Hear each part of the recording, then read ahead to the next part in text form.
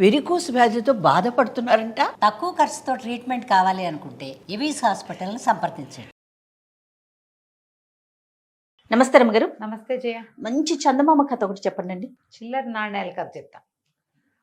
ఎప్పుడో చూసే జయ దీన్ని నేను. కాకపోతే ఆ అంకెలు కొంచెం కన్ఫ్యూజ్ అయ్యి, ఇప్పుడు మనం రూపాయలు, పావలాలు, అర్ధ రూపాయలే మనకు తెలుసు. నాకు తెలిసే నాటికే అణాలు, అర్ధనాలు, బేడలు పోయినాయి. ఇక్కడ హైదరాబాద్ వచ్చాక చారానా, బారానా, అఠానా అనేవాళ్ళు. అదేంటో కూడా బాగా అర్థమైతే తెచ్చేది కాదు. ఒక సంవత్సరం 2 ఏళ్ళకి అణాలు అన్ని గాలలు పోయినాయి. ఓకే, బారానా అంటాం, తగ్గిపోయింది. అయితే దాని మీద ఈ కథ అనమాట. ఒక ఊళ్ళో ఓ రాముడు అని ఒక పిల్లవాడు ఉండేవాడు. వాళ్ళ అమ్మ చాలా పెద్దది, ఆవిడకి లేటు వయసులో పిల్లవాడు పుట్టాడు. వీడికి ఒక 10-12 ఏళ్ళు వచ్చేసరికి వాళ్ళ అమ్మ పెద్దదైపోయింది, తండ్రి లేడు. వాడే ఆ పని ఈ పని అన్ని పనులలో తల్లికి సహాయం చేసేవాడు. వీడికి ఒక 15 సంవత్సరాలు వచ్చేసరికి అమ్మ ఇంచుమించుగా మూల పడిపోయింది. వాడేదో ఆ పని ఈ పని, వాళ్ళ ఇంటికో వీళ్ళింటికో పనికి వెళ్ళేవాడు. వాడిది పావలా 10 పైసలు ఎట్లా కోట్లా కాచిపోసేది. క్రమంగా కాచిపోయటం కూడా తగ్గిపోయి వీడే కాచటం కూడా వచ్చేసింది. చివరికి ఒకనాడు అమ్మకి అంత్యకాలం సమీపించింది. ఆవిడ ఏం చేసింది, చెంగుకు ఒక మూట కట్టుకుని ఉందిట. ఆ చెంగులోంచి అంత చిల్లర నాణ్యాలు తీసి, నాయన నీకు రెక్కలు తప్పిస్తే ఏమీ ఇవ్వలేదురా, కానీ ఇంతకాలం నన్ను సాకేవు నువ్వు, ఈ చిల్లర పెట్టుకో. నేను ఎన్నేళ్ల నుంచో దాచిన డబ్బు ఇది. నేను నీతో ఉన్నట్టే, నీకు మంచి జరుగుతుంది, నువ్వు మంచివాడివి, బుద్ధిమంతుడివి. తల్లులు వృద్ధాప్యంలోకి వస్తే ఇదేమి చేసి పెట్టదు మనకి అని వదిలేసి వెళ్ళిపోతున్నారు ఈ కాలం పిల్లలు.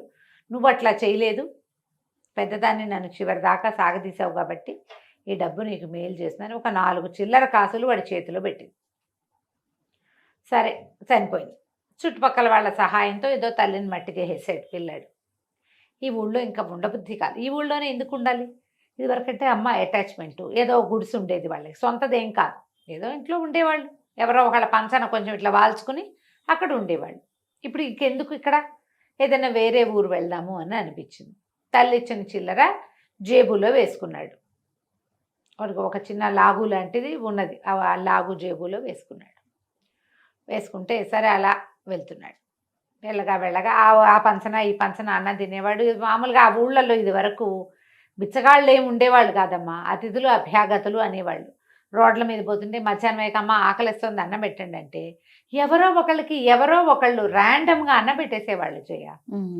వీళ్ళింటో ఎవరైనా బాగిటో అన్నం పెడుతున్నారనుకో, ఎవరో ఒకడికి కుర్రాడికి, ఎదురింట్లో వాళ్ళు ఓ చుక్క పులుసుంది పోస్తాను, ఓ చుక్క మజ్జిగుంది పోస్తాను, లేదా ఈ పిల్లాడు ఎవరికో అన్నం పెడుతున్నా మజ్జిగుందా అని వీళ్ళు అడిగితే అవతల వాళ్ళు ఇవ్వటం, అందరూ కలిసి పెట్టేసేవాళ్ళు.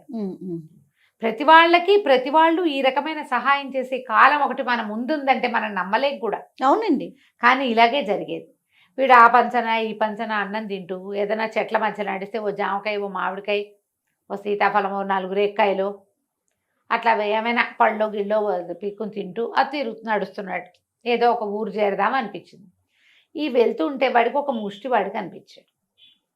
ఆ ముష్టివాడు, బాబు ఏదైనా ఇవ్వనైనా అన్నాడు. వీడు జేబులో చేయి పెట్టాడు. జేబుకి చిల్లు కానీ, వాళ్ళ అమ్మ ఇచ్చింది ఏంటి, ఒక చిల్లు కానీ, ఒక అర్ధన, ఒక అణ, ఒక బేడ, ఈ 4 కాసులు ఇచ్చింది. సరే ఏం చేశాడు, ఆ చిల్లు కానీ చేత్తో పుచ్చుకొని ఆ ముసలాయన బిచ్చగాడి చేతిలో పెట్టాడు. ముష్టివాడు చాలా సంతోషించాడు. చిల్లు కానీ కూడా చెల్లేది, కానీలో చిల్లు కానీ అని ఉండేది, కానీ కంటే ఇంకా చిన్నది కాబోలు అది.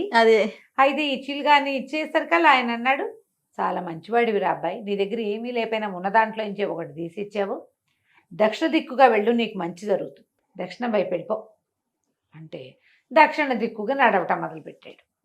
వెళ్ళగా ఏమైంది, వీడు అడవులన్నీ దాటుతూ వెళ్తున్నాడు. పెద్దగా గ్రామాలు లేవు, నడుస్తున్నాడు. ఏవో పళ్ళు కాయలు కోసుకుని తింటూ, మధ్య మధ్యలో దుంపలు ఏవో కనపడితే అవి కూడా పెరుకుని నీళ్ళల్లో తింటూ, ఈ అడవుల మధ్యలో ఉండే చిన్న చిన్న వాగుల దగ్గర నీళ్ళు తాగుతూ వెళ్తుంటే ఒక రాక్షసుడు వీడు పట్టేసుకున్నాడు. పట్టుకుని 3 రోజులైంది అన్నం తిని, 4 రోజులో తిండి తిని, నువ్వు దొరికేవరా కుర్రాడా అనేసరికి భయం వేసింది. అయిపోతున్నాను నేను అనుకున్నాడు. అయితే మా రాక్షసుడు అన్నాడు, నాకైతే ఒక నియమం ఉంది, 10 అంకెలు 1 నుంచి 9 దాకా, 10 అంకెలు కాదు 9 అంకెలు, 1 నుంచి 9 దాకా, అంతేగా మొత్తం అంకెలన్నీ 1 నుంచి 9 దాకా. ఏదో ఒక అంకె చెప్పు, ఒక అంకె నాకు సరిపడని అంకె ఉంది, ఆ అంకె చెప్తే వదిలేస్తా, మిగిలిన ఏ అంకెలు చెప్పినా వదలను, నిన్ను తినేస్తాను. అంకె చెప్పిస్తే కానీ నేను అన్నం తినకూడదు అంటే వీడేం చేశాడు, జేబులో చేపెట్టాడు భయపడుతూనే. భయపడితే వీడికి అర్ధన తగిలింది. అర్ధన రూపాయిలో 3వ భాగం, అంటే 3 వంతులు అనమాట అది. అంటే అలా ఏమనాలి, 3 అదంటే 3, 6, 12, 24నో లేకపోతే ఇంకా తక్కువో. వీడు ఆలోచించి అది 3 భాగాలన్నమాట. అది మామూలుగా 16 అణాలు కదా, 16 అణాలు. 1 రూపాయి అంటే 16 అణాలు ఆ రోజుల్లో. 16 అణాలు అంటే 1 రూపీ. ఓకే. ఇది 3 అణాల ఎత్తు చేస్తుందేమో అది అని చెప్పాడు. అర్ధన అంటే ఇది అయి ఉంటుంది. అలాగా వాడు ఆలోచించి అణ పట్టుకుని 3 అన్నాడు. అనగానే రాక్షసుడు, అబ్బా 3 అస్సలు సరిపడదురా నాకు, అందుకని అసలు 3 రోజుల నుంచి అన్నమే లేదు. 4వ రోజు వచ్చింది కాబట్టి అన్నం దొరికింది, ఆహారం దొరికిందని నమ్మా. నువ్వు 3 చెప్పావు కదా, సరే దిగి వెళ్ళిపో. నువ్వు సావు నోట్లో పడి తప్పించుకున్నావు. ఇంకెవరికైనా దొరికితే నిన్ను తినేసేవాడే, నాకు దొరకడం నీ అదృష్టం. ఏం దానం చేసుకొచ్చావో పో నువ్వు అన్నాడు. ఈ రాక్షసుడి బారి నుంచి తప్పించేసుకున్నాడు వాడు. అట్లా నడిచి వెళ్ళటం మొదలుపెట్టాడు. ఇంకా వెళ్తే ఒక ఆటవికల గుంపుకి దొరికాడు ఈ అబ్బాయి. ఆటవికలు తీసుకుపోయి పై ఊళ్ళ వాళ్ళు ఎవరు మా దగ్గరికి రావడానికి వీల్లేదు, మా అమ్మవారికి బలిస్తాం మేము అని పెద్ద జేజి విగ్రహం ఉంది అక్కడికి తీసుకుపోయారు.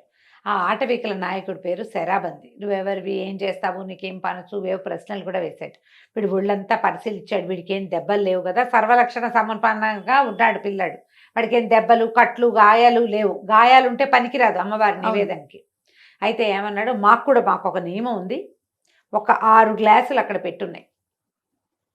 6 5 ద్రాక్షాసవం ఉంది, ఒక్క దాంట్లో విషం ఉంది. మా గూడెంలో అడుగు పెట్టిన వాడు వీటిలలో ఏదో ఒక గ్లాస్ తీసుకుని తాగాలి. విషం కనుక తాగాడా మాకు వెంటనే తెలుస్తుంది, వాడిని మేము బలిస్తాం. ద్రాక్షారసం తాగిన వాడు వెళ్ళిపోతాడు. బాగుంది. నువ్వు అదృష్టవంతుడు అయితే ఇక్కడ ఉంటావు, దురదృష్టవంతుడు అయితే ఇక చేసేదేం లేదు. అదృష్టవంతుడు అయితే వెళ్ళిపోతావు నువ్వు హాయిగా నీ దారి అని చెప్పేసరికల్లా కుర్రాడు బాగా చూశాడు. బయటికేసి జేబులో చేయి పెడితే వాడికి అణ కాస్త తగిలింది చేతికి. అణ అంటే 6 భాగాలు. బాగా ఆలోచించి వరుసగా పెట్టినాయి కదా, 1 2 3 4 5 6 లేకుంటే 6వ గ్లాస్ తీసుకున్నాడు. 6వ గ్లాస్ ఎత్తి తాగితే ద్రాక్షాసవం. వాడికే తెలిసింది రుచి. ద్రాక్షరసం తాగి నిలబడి ఉన్నవాడిని చూసేసరికల్లా వాళ్ళకి అర్థమైంది, వీడు తాగింది ద్రాక్షారసమే. విషం కనుక తాగితే వెంటనే అమ్మో అనేవాడు. వాడు అమ్మో అనలేదంటే వాడు తాగింది విషం కాదనమాట. ఆశ్చర్యపోయారు, కూడా అదృష్టవంతుడు వీడు. అక్కడి నుంచి అప్పుడు శుభ్రంగా భోజనం పెట్టి కొంచెం తిండి మూటగట్టి అమ్మవారి దగ్గర మొక్కిచ్చి అడవి చివరికి తీసుకెళ్ళి వదిలిపెట్టారు. ఓకే. ఇక్కడి నుంచి దక్షిణ దిక్కుగా వెళ్తే సువర్ణపురి అనే రాజ్యం వస్తుంది.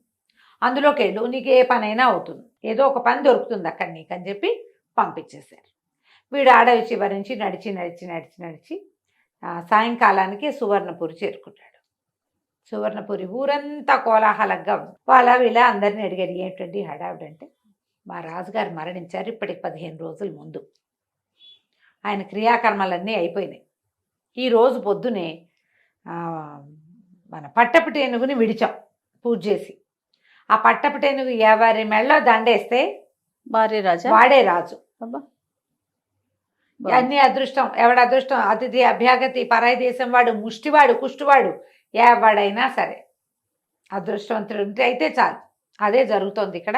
ఇవాళ రోజంతా అదే హడావిడి. పట్టపు టేనుగు ఏ పక్కకి వెళ్తే ఆ పక్కకి వెళ్తున్నాము. అది మా ఊళ్ళో వాడు కావచ్చు, పై ఊరు వాడు కావచ్చు అనేసరికల్ వీడు బాగా ఆలోచించి తన జేబులో ఇచ్చి బేడకాసు తీసాడు. వాళ్ళ అమ్మ ఇచ్చింది. ఆ బేడకాసుని ఇట్లా గాల్లో ఎగరేసాడు. ఎగరేస్తే అది ఎగిరిల్లు ఎక్కడో పడింది. అది ఎక్కడ పడిందో చూసుకుని వెళ్ళి అక్కడి నుంచున్నాడు. ఆ దారిని ఏనుగు వచ్చింది. జనం అంతా కోలాహలంగా ఉన్నారు. ఎక్కడైతే వీడు బేడకాసు పడి వాడు ఎక్కడ నుంచున్నాడో అక్కడికి వచ్చి ఏనుగు దండెత్తి వీడు మెళ్ళ వేసింది. సూపర్. చక్కగా మెళ్ళలో దండేసేసరికి వాళ్ళందరూ కోలాహలంగా అరిచారు, ఓహోహో అన్నారు. నీ పేరేమిటానంటే రాముడు, రామరాజు అయిపోయాడు. ఏనుగు కింద కూర్చోబెట్టి దాని మీద హౌదా ఎత్తి పెడతారు కదా, హౌదాలు ఎత్తుతారు. దీన్ని తీసుకెళ్ళి, ఈ కుర్రాన్ని తీసుకెళ్ళి అందులో దాని మీద కూర్చోబెట్టి హౌదా ఎక్కిచ్చేసి తీసుకుపోయి రాజుని చేశారు. ఆ చిల్లర నాణేలు మొదటిసారి బిచ్చగాడికి చేసిన దానంతో వీడికి అదృష్టం పట్టింది. రెండోసారి చేసిన కాసుతోటి వాడికి చావు తప్పింది. మూడోసారి కూడా చావు తప్పి, 4వసారి ఏమైంది? ఈ అబ్బాయికి రాజు అయ్యే అవకాశం వచ్చింది. పురాతనమైనవి పెద్దవాళ్ళు ఇచ్చిన వస్తువుల్ని పారేయకండి. వాళ్ళు చెంబులు చాట్లు ఇస్తే చెప్పలేను, ఏదైనా చిన్నది ఇస్తే దాచు. అది మీకు అదృష్టాన్ని కలిగించవచ్చు. ఈ చిల్లర నాణ్యాలు కదా అదృష్టం వస్తుంది. ఎవరైనా పనిమాల చేతిలో పెట్టారనుకోండి, పక్కింటి వాళ్ళు వెనకింటి వాళ్ళు కాచుమి, మన ఇంట్లో పెద్దవాళ్ళు ఆపేక్షగా ఏదైనా ఇస్తే దాన్ని నిర్లక్ష్యంగా పడేయద్దు, దాని దగ్గర పెట్టుకోండి. అదే మీ అదృష్టపు తాళం చెవి కావచ్చు, అవుతుంది కాదు, కావచ్చు. కావచ్చు. కథ కంచికి మనం ఇంటికి. బాగుందండి. నమస్తే. నమస్తే చెయ్యి.